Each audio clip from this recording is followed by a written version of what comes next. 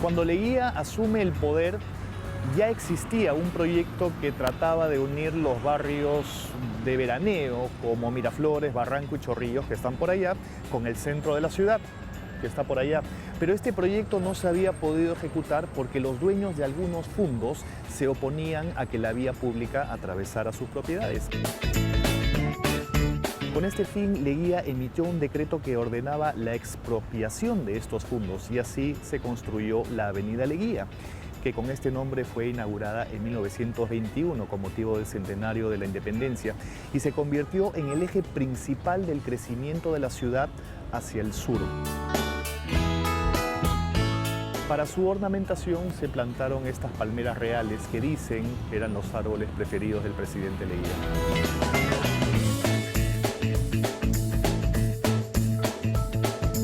Pero ya Leguía lo que hace, creo, es más anglófilo, ¿no? Es un poco más el chalet, la ciudad jardín, la idea de que la ciudad ya no es de fachada continua, ¿no? Ya son casas una por una, por lo menos la ciudad acomodada, ¿no? Y por lo tanto las irradiaciones viales, o sea, hay pues la avenida Brasil, que se va a Galena, hay la avenida Arequipa, la avenida Salaberry, el Paseo de la República ya convertido, digamos, en un proyecto expansivo. Y hay una generosidad en áreas verdes, por ejemplo, los parques de la exposición, la reserva, el estadio, todo el paquete de parques del área fronteriza entre el centro y el sur, ¿no?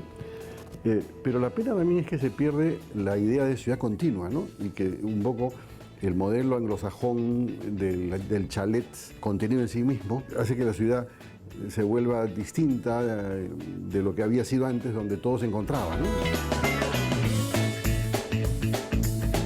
A ambos lados de esta avenida se construyeron casonas muy lujosas, muy suntuosas también es verdad, pero hechas con muy buen gusto. Y muchos ejemplos de estas casonas siguen hoy día en pie. Casas estilo Tudor, mansiones tipo Florentina e incluso una réplica de Palacio de Gobierno.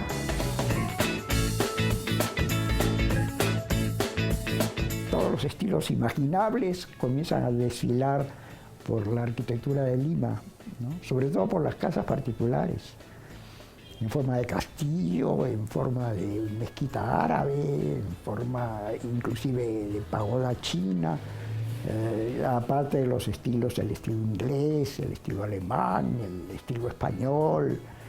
Pero es interesante que en esta época ya se está consolidando una arquitectura peruanista.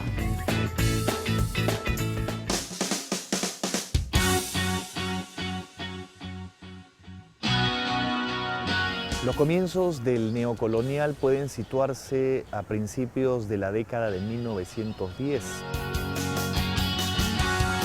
En 1917, el arquitecto Ricardo Malakowski elabora un proyecto para la fachada del Palacio Arzobispal.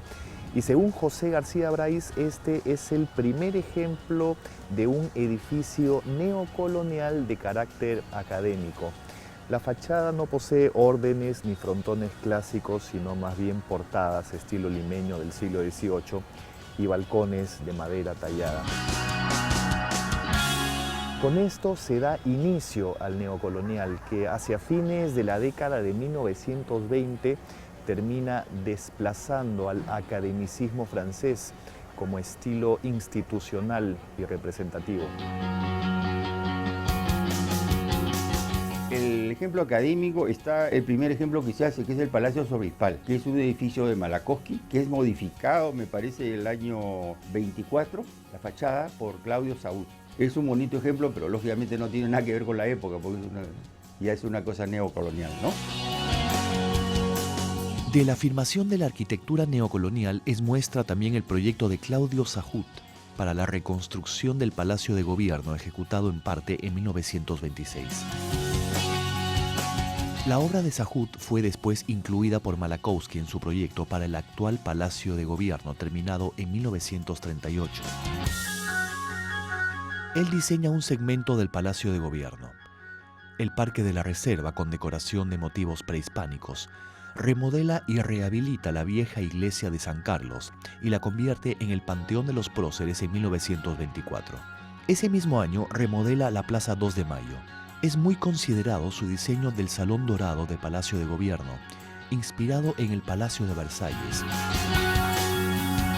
En los años 20 lo que pasa es que como cambian los temas y empiezan a haber bancos, palacios, los arquitectos que casi no lo sabían hacer. Hay una migración, llega Claude Chahut, el francés, llega Ricardo de las Casas Malakowski, que es polaco, ¿no es cierto? Llegan varios arquitectos de afuera, ¿no?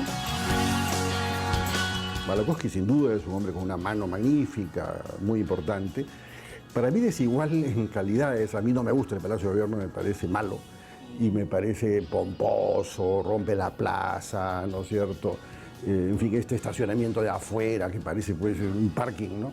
Y malogra la fachada de la plaza, pero tiene edificios magníficos, ¿no? Y muy múltiples, ¿no? Hace la cabaña, hace el Club Nacional, hace de todo un poco, ¿no? Y algunas cosas notables, ¿no? Chahut es un poco más una especie de pintoresquista, pero en el Palacio Colón, incluso intervino en el costado del Palacio de Gobierno, que después se quemó, algo mucho mejor que lo que después se hizo.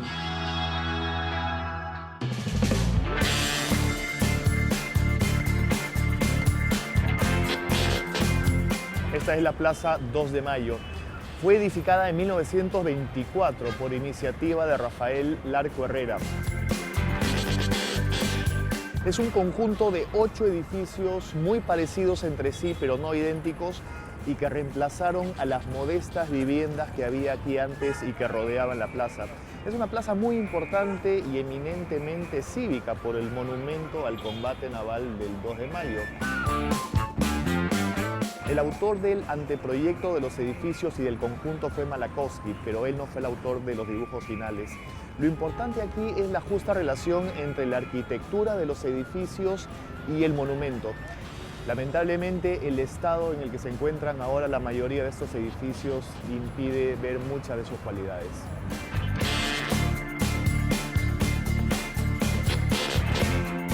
La arquitectura de la plaza es interesante porque es representativa de una época en la que había mucha influencia francesa.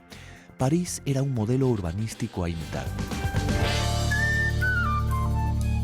Esta plaza era uno de los lugares más aristocráticos y bellos de la ciudad. Su época de oro duró hasta la década del 40. En los 50 su atractivo comenzó a declinar. Y miren cómo terminó. El período que comenzó después de la Guerra del Pacífico puede considerarse que llegó a su fin en la década de 1920 a 1930, la década de la posguerra europea y de la afirmación definitiva de los Estados Unidos en el mundo. Fue esta década del oncenio de Leguía en que se incrementaron las inversiones extranjeras, lo que se manifestó en la arquitectura, en la construcción de los primeros edificios de oficinas y nuevas sedes de bancos. Estos años también se abrieron las primeras carreteras nacionales y por consiguiente se difundió el uso del automóvil. De 8 carros que había en Lima en 1915, pasamos a 10.000 en 1930. Parece ser que en el gobierno de Leguía hubo entusiasmo así por el automóvil. También es así que se hacen cerca de 18.000 kilómetros lineales de carreteras. El parque automotor comparado con el de ahora no era mucho, pero para ese entonces era bastante. Habían como 14.000 vehículos, ¿no? Por otro lado, la transformación de Lima, de apacible ciudad, con mucho de aldea, a lo que se convirtió hace ya algunos años, se inició en la época de Leguía, en que aparecieron los primeros barrios marginales. De igual modo, aumentó el crecimiento del área urbana a expensas de las tierras agrícolas. La Lima de Leguía es un poco más irradiada, más expansiva, pero también se apodera del territorio, va hacia los balnearios, tiene virtudes, ¿no? Porque eso organiza un poco la expansión, ¿no? La dualidad sigue, porque claro, la Victoria es un poco el barrio obrero, popular, a diferencia de Santa Beatriz, digamos que es el barrio acomodado, ¿no? Pero Leguía fue un gran materializador de Lima, ¿no? Alguna vez he dicho que es el mejor alcalde que tuvo Lima, aunque no lo fuera, ¿no?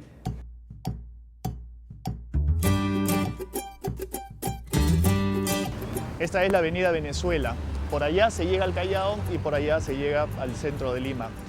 La unión del centro de Lima con los balnearios de Chorrillos, Miraflores y Barranco mediante la avenida Arequipa, antes conocida como Leguía, y la unión del centro con el Callao mediante la avenida Venezuela, antes llamada avenida Progreso, corresponden a esta época de la Patria Nueva y además coinciden con el inicio de la decadencia del centro histórico de Lima. Las obras públicas fueron la razón de ser de esta Patria Nueva, que es así como se le llamó al régimen de Leguía. Y él pudo hacer todas estas obras gracias a la inyección de capital norteamericano, a la inversión privada y a un régimen desarrollista que él implantó. En lo arquitectónico, el periodo que se inició en esta época se prolongó hasta la década de 1940 y 1950. En la construcción, el fenómeno más significativo de la Lima de Leguía fue la generalización del concreto armado. Aunque ya se había empezado a utilizar, como habíamos visto, en algunas obras de la década anterior. Así, el concreto armado junto al ladrillo se convirtieron en los materiales básicos de la arquitectura limeña. En esto influyeron las compañías de construcción norteamericanas o sus filiales establecidas en el país, a quienes se les encargó una serie de obras públicas y privadas, tanto de ingeniería civil, pavimentación, alcantarillado, obras portuarias, como de arquitectura. La variedad en la construcción consistió en la coexistencia de los materiales tradicionales, adobe, quincha, madera, yeso, y de los modernos, al menos hasta principios de la década de 1930 y 1940, a veces hasta en el mismo edificio.